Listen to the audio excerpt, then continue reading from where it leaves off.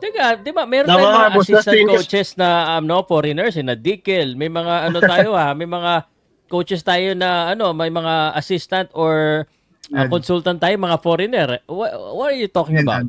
Bakit? Yes, Boss Bakit Pao, hindi yung ka ano, Sir Pao, hina-hire wait ng lang. Pilipinas coach? Again, Billy, Sir Pao. Those foreign coaches, do they have like a hands-on ba talaga on full-time coaching on the PBA?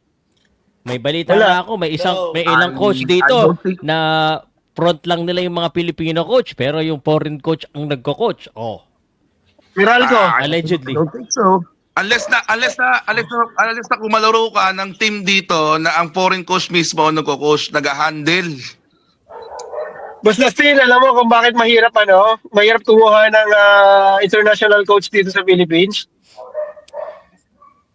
Kasi kung yung sistema nila ilalagay dito, maraming masasagasaan dyan eh. At tulad Oo. nung sabi ni Sir Pao, kaya si Tim Conyan dyan, coach ng national team natin, kasi alam niya kung ano yung sistema. Alam niya yung kaya niyang hingin lang sa hindi.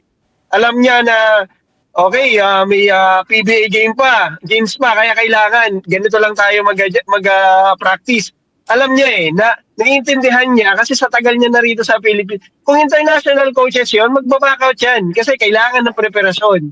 At hindi yun may bibigay ng Saka bababago yung culture eh.